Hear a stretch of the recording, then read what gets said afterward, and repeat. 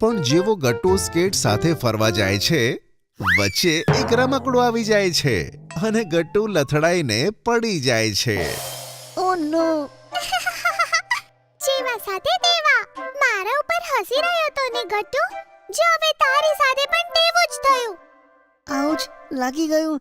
લાગે છે આ સ્કેટ્સ બેડ આઈડિયા હતા. પેલી બાજુ મમ્મી પપ્પા ગટ્ટુ અને ચિંકીને જોઈને હસે છે. તેમને પણ ગેમમાં ખૂબ જ મજા આવતી હતી.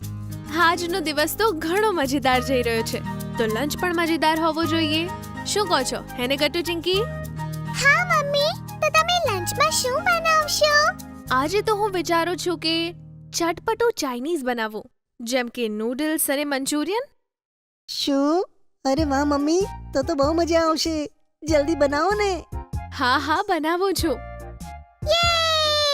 આજે તો ચાઇનીઝ ખાઈશું. મમ્મી બધા માટે સ્વાદિષ્ટ લંચ બનાવવા લાગે છે. ચિંકી સોફા પર બેસીને પોતાનું હોમવર્ક કરવા માંડે છે અને ગટ્ટુ ડાઇનિંગ ટેબલ પર જ પગ ઉપર કરીને બેસી જાય છે.